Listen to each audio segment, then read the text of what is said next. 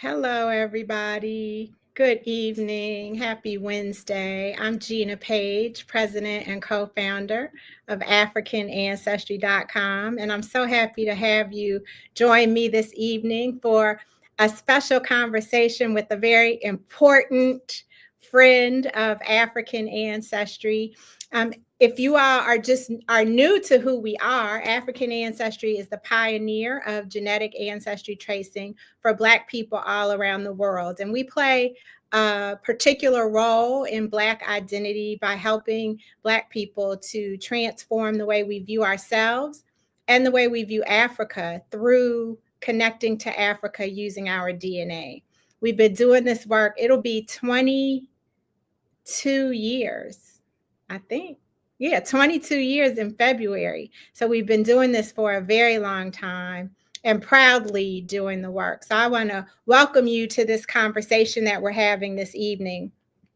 I also want to let you know before we get started that African Ancestry has a special going on right now. For those of you who didn't take advantage of our holiday offers, now is the perfect time to get an African Ancestry test kit and have your results in time for Black History Month.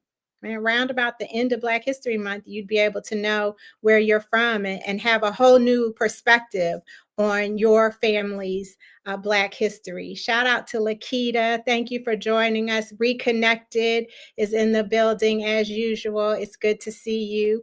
And so the offer that we have is when you buy an African Ancestry test kit, you receive a free access to our online class, which is Ancestry Tracing 101, a roadmap to finding your roots. And so in that course, we deconstruct this industry, what ancestry tracing is, genetic ancestry tracing, how it's different from genealogy, the science behind it, digging into the differences between the companies, and then some practical applications of how you can use the information. So if you haven't gotten a test kit, now is a great time to get it. That course has a $69 value, so you're getting a great deal. And if you already have the test kit or you're thinking about getting a test kit, the course is a great refresher or a first step in helping you to understand what you're going to be doing. So I encourage you all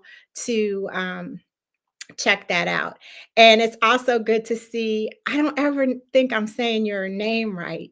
Donate. I feel like it's not donate, but you're here often. Good to see you.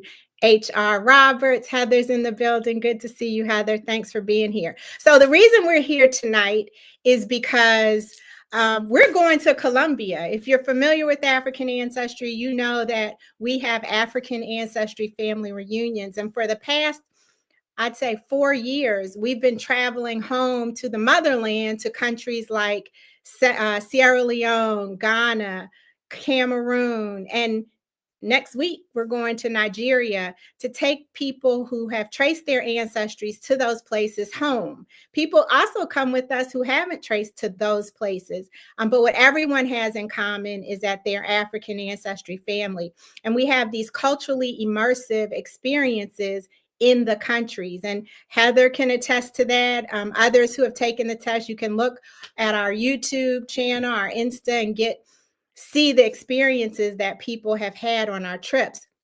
But last year, we realized that, as we are a company for the diaspora, and as we believe it's important to continue to cultivate these diasporan connections, if you know that the African Union considers the Americas and the Caribbean the 6th region of the African Union. So we need to connect even within the diaspora. And so we wanted to do that, as well as explore the African influences in diasporan countries. So we decided this year to add South America to our trips. And we, in May, will be traveling to the country of Colombia, to 2 cities, Cartagena and Medellin. And then in August, we're traveling to Brazil, to Bahia, because these are the countries you need to go to when you want to explore the African influence in the diaspora. Of course, there are others as well, but this is where we're starting. So when we decided to bring on Ashley in company as our director of diaspora travel, you guys know Diallo Sumbri, he's our director of African travel. She was like, yes, let's go to Colombia. And I was like, yes, because we have a very dear friend and sister in Colombia. And I know she would kill me if we didn't come there first. So I want to introduce you all to Edna Liliana Valencia. She's who we'll be talking with this evening about her life, her experiences as an Afro-Colombian woman. And then also, what's it like? What are the African influences in Colombia? So just to give you a little bit of background about Edna, she's a bad sister, as George Fraser would say. She's an author. She's a decorated journalist. I think I know this is correct. She was the first Black journalist to wear her hair natural. That's one of her claims to fame. She's authored a book called El Racismo y Yo. There's my Spanish for racism and I, or me and racism. She is an activist for the Afro-Colombian population. She's been hired by Disney as a consultant on the movie Encanto. This is all off the top of my head. I'm telling y'all, I love this woman. But let me look at the bio.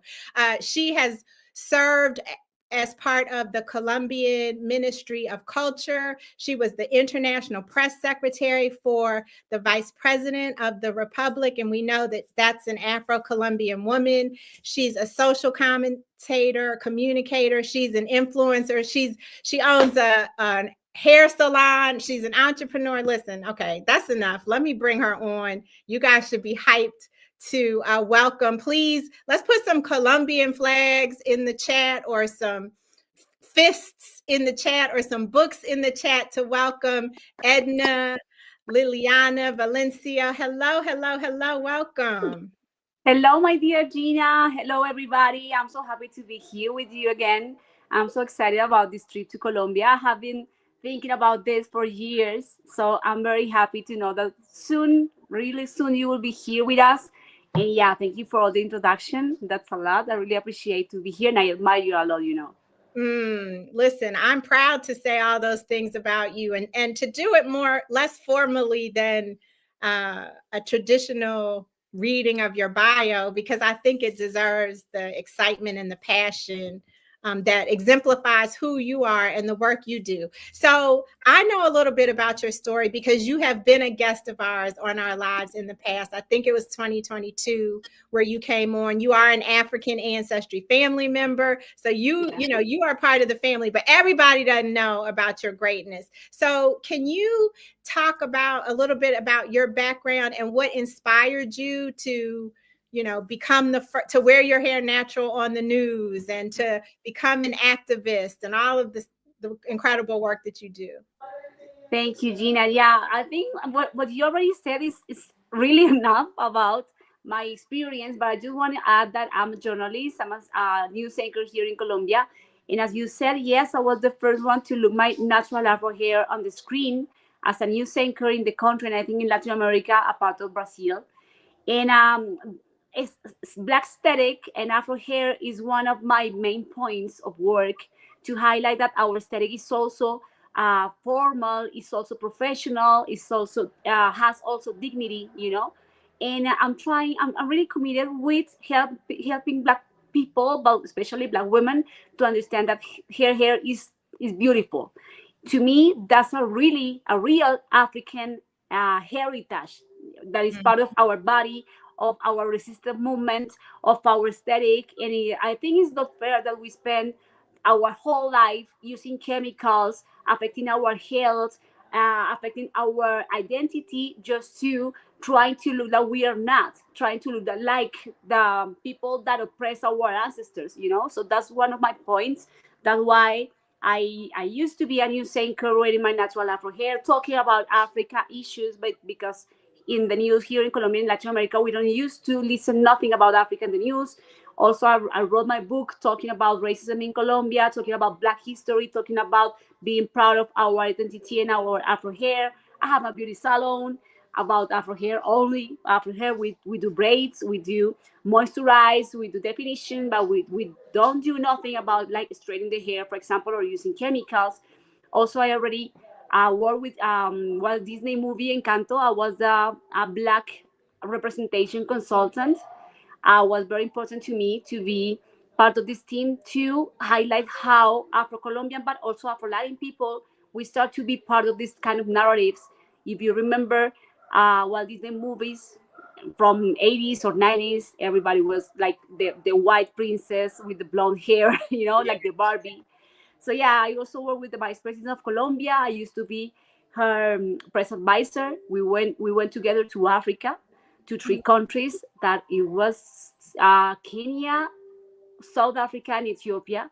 It was the first commission from the government of Colombia trying to create that kind of bridges. Let's say like that, create that points of encounter between Colombia and Africa. And right now we can see I'm not working anymore with the government, but I'm still near to the strategy, and we are already opening our first embassies in Senegal, Ethiopia.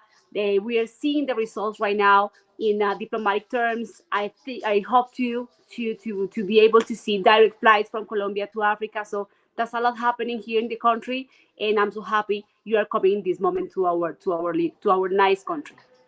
So have you always been this way? Have you always been activists and always been, we got to wear our hair naturally and fighting for Black people? Or at what point did this happen? Did you kind of make this your life's work?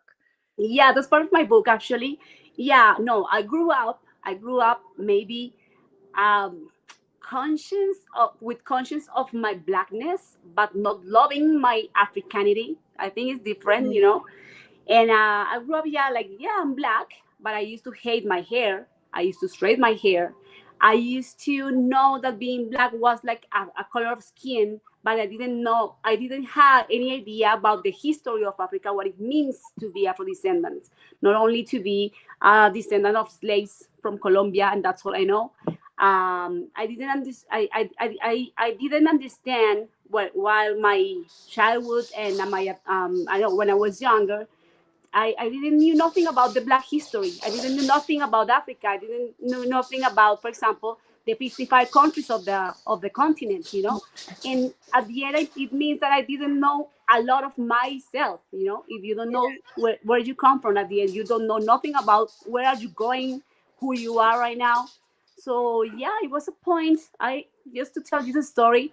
I went to do like a certificate. I don't know how to say, but it's a little degree. I went to the university to do a little degree about Black leadership, and I met a teacher, Maria Isabel Mena Garcia. I would love to introduce you to her. And she started to talk about that she was not only a descendant of slaves, she was descendant also of queens and kings from Africa, from different countries. She didn't call them slaves. She called them Wolof. She called them for the names, like the different names of the different. I don't use the word tribes, but groups, ethnic groups. Exactly, I prefer. And yeah, that changed my mind. It was 2010, maybe. It blew my mind a lot. Then I met Chimamanda Ngozi Adichie. I started to read his literature.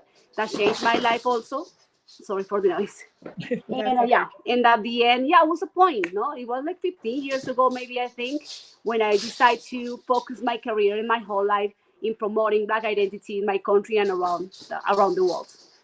Well, thank you for doing that work, and I'm very appreciative of that teacher that you met. You never know, people think that they can't make a difference, but it was you listening to one person that helped to open up your perspective about who you are, and we all get to benefit from that now. So sure, take your time. If you guys are just joining us, we are talking with a very important African ancestry family member and friend of African ancestry, champion for African ancestry, Edna Liliana Murillo. You have Valencia Murillo. yeah, Murillo. No, this is a story. I need to tell you that the same here in Colombia, like in the United States, that we have our slave owners' last names. So Valencia, there's a lot of black people in Colombia with the last name Valencia because Mhm. that guy Valencia, I don't remember exactly the origin, but I know was a very big family of slave owners with the last name Valencia. That's why, and Murillo was the second one. So my two last names are Yeah. from the story of the slavery. That's sad. So tell me this. Um, how would you describe the African influence on Colombia culture, the traditions, the music, the food? I know there are many, and I'm not asking for a laundry list, but if there were some things that you had to share, because that's why we're coming. We're coming not just to visit the country, but to experience some of the African influences in the country. How would you describe them, that Oof, influence? that's my whole world at the end. But yeah, sometimes people used to speak about the influence of Africa in Colombia or about the the the the role of black people in the Colombian culture. But to Mhm. me, that's the main root of Colombian culture in terms of the music you know about Colombia is Afro-Colombian music. The food you know about Colombia is Afro-Colombian food. I know the sport, the people that play sports and they have important roles around the world, they are black people, the musicians, you know. There's a lot of people, there's a lot of ways, there's a lot of manifestations, let's say like that, of Mhm. black culture in Colombia. Mhm. If you see, for example, here we are 15 million people of African descent in Colombia. This is almost the population of Senegal, you know? So we have different rhythms, different regions, different accents, different I don't know, ways to give our effort to make our country grows Mhm. to the economy. Every type of I don't know. There's a way. There's something I want to say, but I don't find the word in English. But we have been helping to build the nation. Yes. But I don't want to say help. The nation was built in our shoulders. Yeah. That's what I really want to say. You know, I'm sorry for my English that is not exactly perfect. No, we So understand. We understand. thank you. And yeah, so that's what I mean. If you come to Colombia, if you arrive to Bogota, for example, you will see a white, because there's not white people in Colombia. There's mixed people, but they consider themselves white. You will see a mixed white majority population city. But then if you go to Cartagena, you will find a 52% black population city. Then Cali, 53% black population city. Then you go to Quibdó, and it's 80-90% of black population city. And we have a whole region. The whole Pacific coast of Colombia is full of African people, people of African descent, with the culture they bring from Africa, you know? Maybe they don't know, they don't have the conscience about that's African culture because they haven't been there. But in Mhm. my case, that I have the joy to have been in Africa several times, I can tell you that we have our own balafon here in Colombia. So there's the African balafon in Senegal that you can find the balafon in different countries like Senegal, Ivory Coast, Congo with different names, you know, even Yeah. Zimbabwe is different. And here in Colombia we have the marimba de chonta. It is almost the same instrument, you know. To me, it's sad that in Africa they don't know that we have a balafon here, and people here in Colombia they don't know that's a balafon from Africa. You know, that's why I'm very interested in create that kind of bridges. But our music in the Pacific Coast is very African. Our food, for example, when I went just to finish to Senegal or to Ivory Coast, they used to tell me, Liliana, what people eat in Senegal? They eat plantain, fish, rice, the same with here. You know, it's the same food even. So I have Somebody a put that in the comment. What's a food that's popular amongst Afro-Colombians? It's this the is same. exactly the same food they eat in Ivory Coast. It's like fried plantain, coconut rice, for example, and different kind of fish, you know, different kind of fish from the sea, from the rivers, you know.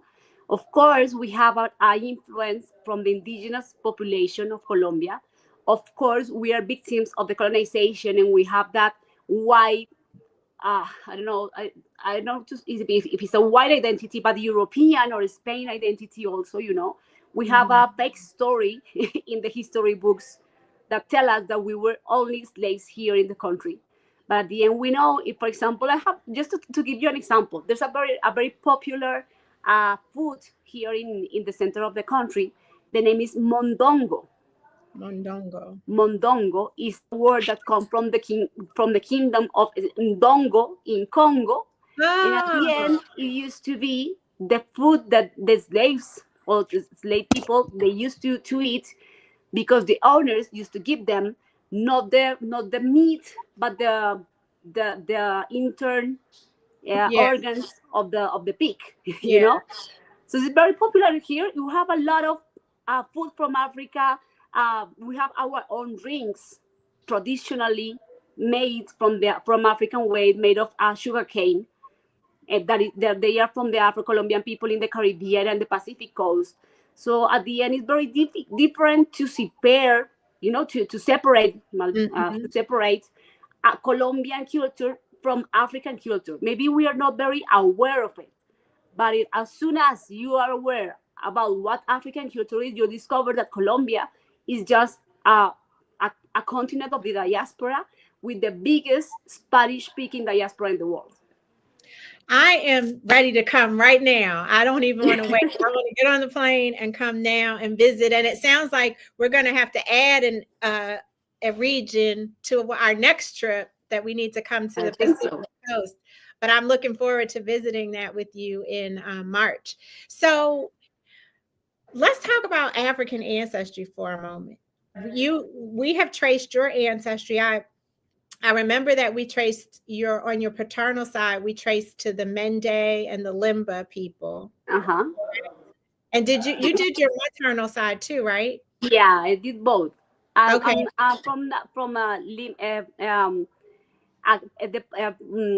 ethnic group Akele from Gabon. Gabon. And Limba and Mambe from Sierra Leone. Okay, yeah. That's my result. So I wonder if, you said that there isn't the teaching of history there. People aren't necessarily, they're aware that they're Black, but they may not be aware of their Africanity, which I think is a great quote. How do you think African ancestry would play there? And because when we come, we're going to want to test some folks and do some reveals. Is there a community that you think is ready for this kind of information? Because there are parts of the U.S. that aren't ready for it yet. So I'm just curious. Of course, there's part of the population, of the Black population here, that they are not aware or interested, or they don't even feel that they are more than Black people. They think like, yeah, my skin is dark, but that's all. I'm not related with Africa, But that's not that's okay. That's a part of the population. But I think there's also a part that we are very connected to Africa. We are very proud of being African descent. If you see, we have tattoos of Africa everywhere. I have mine. We have African fabrics everywhere. We have a lot of enterprises that are promoting Black culture in different ways, from aesthetic, from fashion, from drinks from African descent, music, of course, So I think there's a lot of people that they will really want to know. But also, I remember first time I text you, I think it was like 6 years ago, maybe 5 years ago, I don't remember. But I was very, very committed to highlight the visibility of the African diaspora in Latin America.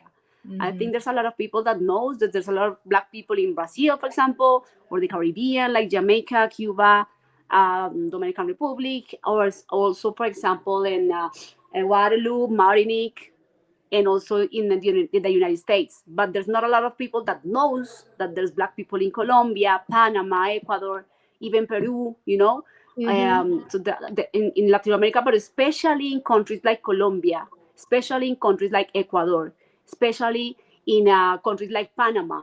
There's a lot of people that we really want to understand where we come from. Not only where Africa, we know we come from Africa. At the end, everybody, but we know that our skin, our hair, our story is from Africa. but there's very special to understand. Sometimes I speak even with people from Africa, and they say like, yeah, I'm African. And I used to ask, yeah, but which country?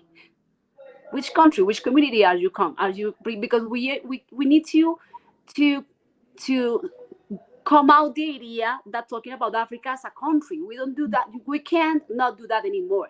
We need to understand that there's not only a country, there's different countries, different communities, different ethnic groups.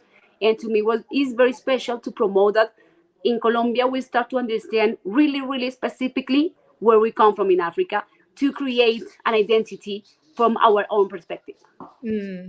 I love it. And, Joe Porter, Jai Porter is watching us and says, I have a blossoming love for Colombia now. Thank you for this. Thank you. So, yes. And shout out to Madame Tene, who has joined us as well. So, we're working together with you. This is one of our first steps, right, in coming to the country and helping to expand and build a network between African Americans and Afro-Colombians so that we can understand that collectively we are part of the same history, and to strengthen our understanding of each other's cultural, I don't want to say differences, but cultural nuances, right?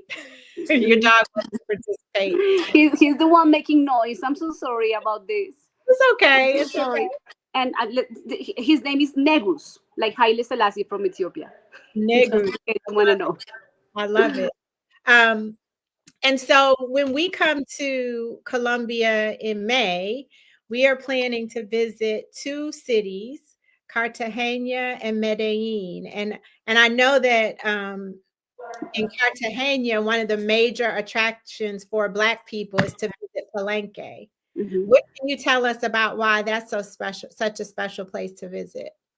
Wow, that's amazing. Okay, Cartagena was the main port in terms of the Black trade, transatlantic trade in Colombia. So the million of, I don't know, maybe not million, but thousands of persons from Africa, they arrived to Cartagena during the slavery, So that's why there's a very important point of the Black history in Colombia, but also in the history of racism in Colombia, So they used to arrive a lot of people from different places from Africa, but one day it arrives a leader, the name is Bencos Bioho, and he started a revolution with other 35 women and men from different countries in Africa. And they escaped from the slavery in Cartagena. They escaped from the ship and they run away into the jungle, and they create the first Black free town in the whole continent. The first free town in the whole continent. The name is, they used to call it San Basilio de Palenque. But right now we are talking about Palenque de Bencos. We don't want to vindicate any Catholic reference of the name. We want to vindicate the real leader of the town, that was Bencos Bioho, and his wife Wiwa. So they too, they help that people to run away from the slavery. They create that community, And in that moment, that 35 different people, they came from different communities in Africa, so they didn't have the same language.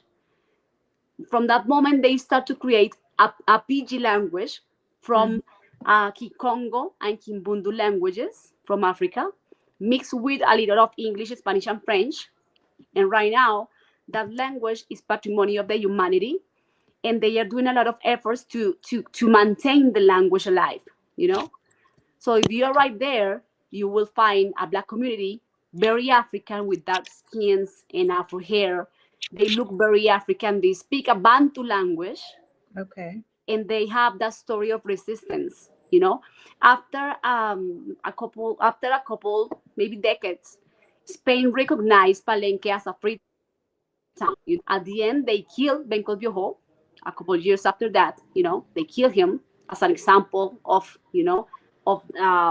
to the other Black people to not try to run away, But the community continues alive, and right now we can visit it. It's actually a town. It's like being in a little town in Senegal, for example, like Sali or something like that.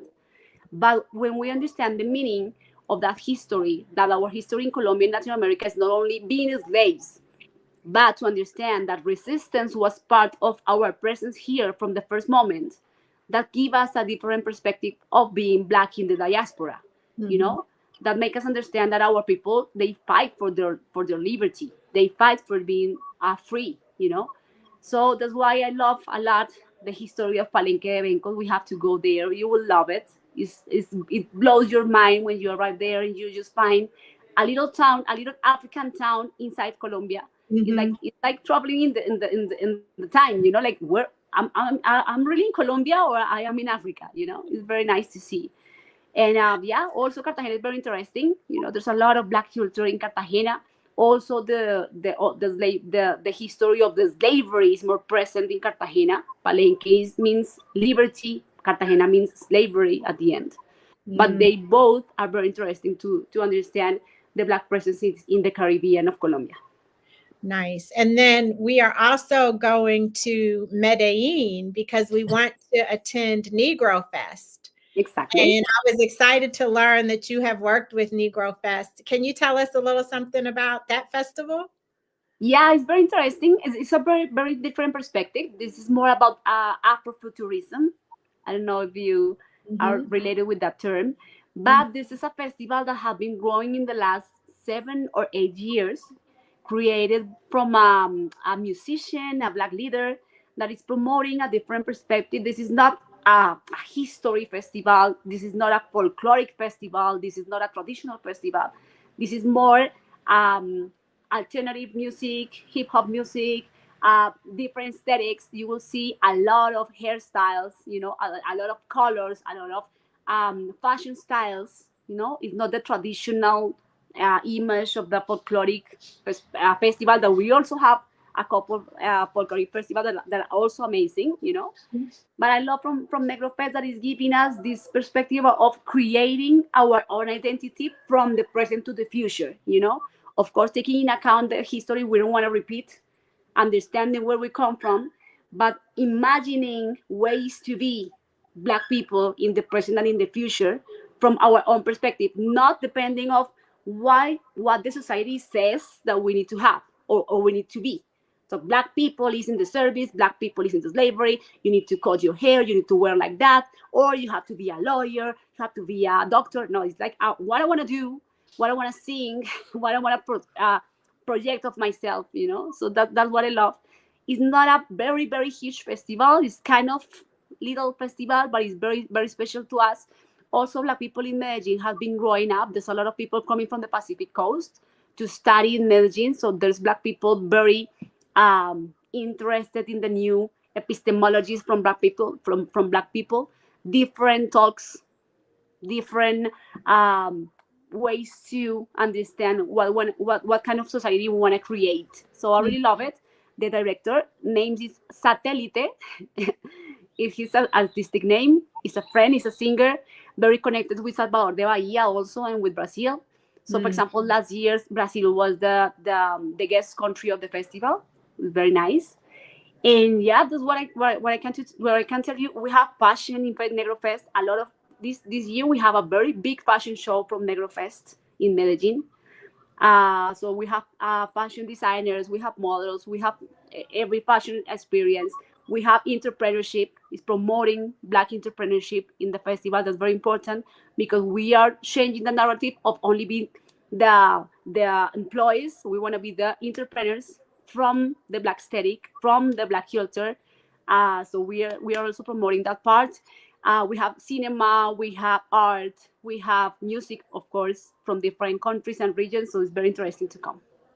I love it. I love it. Well, I can't wait to see you. I can't wait to visit Colombia. We are going to send some test kits to you so that we can test some people uh, in between now and May, now in March, and then do some reveals and help to do our part in connecting with the Afro-Colombian community and helping to build and contribute to your communities there, but also to help and contribute to the global power, right, that we have Africa's children. We're Africa's children, and we all have a part to play in how we interact with each other and Africa. So I'm just over the moon excited and honored that you are part of the African ancestry family, first of all, and then to know you, having gotten to know you personally, and to be able to say, yeah, I know her. Yeah, I will give you a big hug when I see you. I I'm so know proud of the work you do, you know. we've known each other for too long to not have met, but that's all changing in March. We're Yeah, going to meet exactly.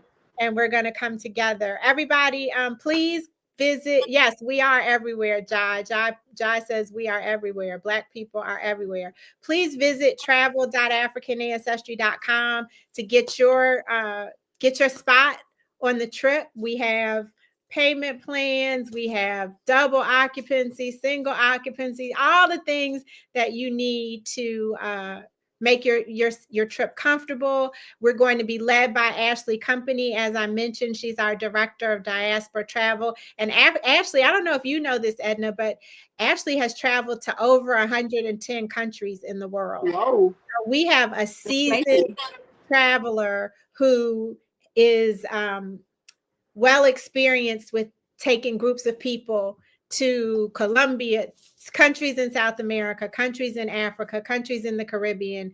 So I can't wait. Everybody, please, like I said, visit travel.africanancestry.com. Give me some flowers in the chat for our guest, Edna Liliana. She's sharing her time with us quite graciously. And I don't know, is your book published in English or just in Spanish? It's just in Spanish for the moment, but I'm working in the translation, and I'm near to launch my second book that is actually about, I will talk about the Black diaspora, not only in Colombia, but different countries like the United States, Cuba, Dominican Republic, Europe, different countries, Africa, different countries. So it will be more international, and I hope to have it in English too. So I will let you know. Well, listen, you can get it in Spanish, and then that can be a project for you, is to learn how to read in Spanish using I spelled it wrong, El Racismo y Yo. Thank you, Edna. Thank you so much for joining us. And if you could just stay on for a second after we close, so we can get to some more details. Everybody, I'm Gina Page, President and co-founder of African Ancestry. Thank you so much for joining us this evening. And if you're watching the replay, thank you for watching the replay. Again, we got a special going on right now. Buy a test kit, get a free digital course, Ancestry Tracing 101, a guide to finding a roadmap to finding your African roots. At africanancestry.com. Until we meet again, may you be happy, may you be healthy, and may you be whole. Have a very good evening, everyone.